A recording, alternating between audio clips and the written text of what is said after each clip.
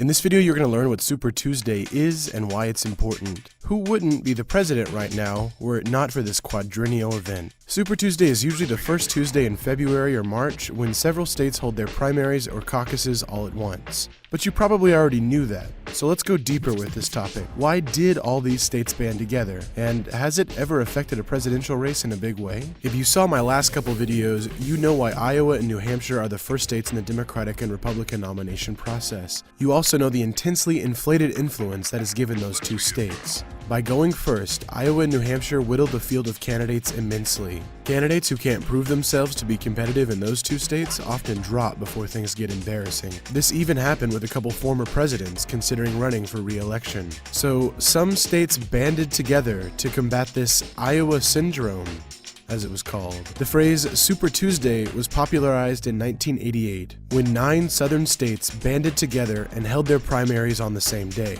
It was the brainchild of Southern Democrats who thought that by sticking a bunch of Southern primaries on one day, they might be able to achieve a more moderate candidate for the Democratic Party. The largest Super Tuesday of all time was in 2008. Dubbed Tsunami Tuesday, 24 states tried to increase their influence by arranging their nomination events together. The result was that roughly half of the delegates for both parties were assigned that night. A lot of this really is a reaction to the inflated influence of Iowa and New Hampshire.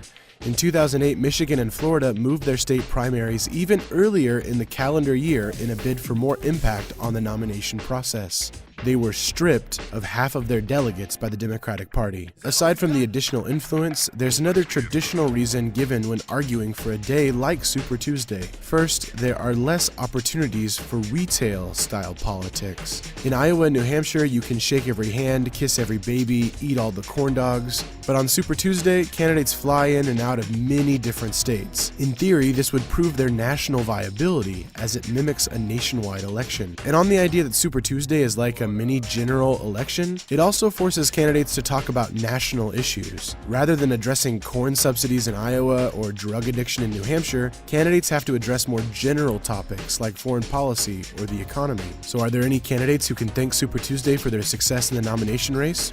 Of course. In 1988, Michael Dukakis won 8 of 21 Super Tuesday states and later secured the nomination. In 1992, Bill Clinton swept the South after experiencing losses in the earlier northern states. This basically assured him the nomination. In 2008, Barack Obama defied expectations once more and won 13 of 23 Super Tuesday states, giving him necessary momentum. In 1996, Bob Dole won every Super Tuesday state on the Republican side, and we all know this led to 8 prosperous years under a Dole administration. In 2016, 13 states participate in the so-called SEC primary. Link to more info in the description. If you're curious about this silly primary system we have here in the US, be sure to check out my collaboration with Step Back History entitled Seriously, Why Does Iowa Always Go First? If you've learned something, please share this video.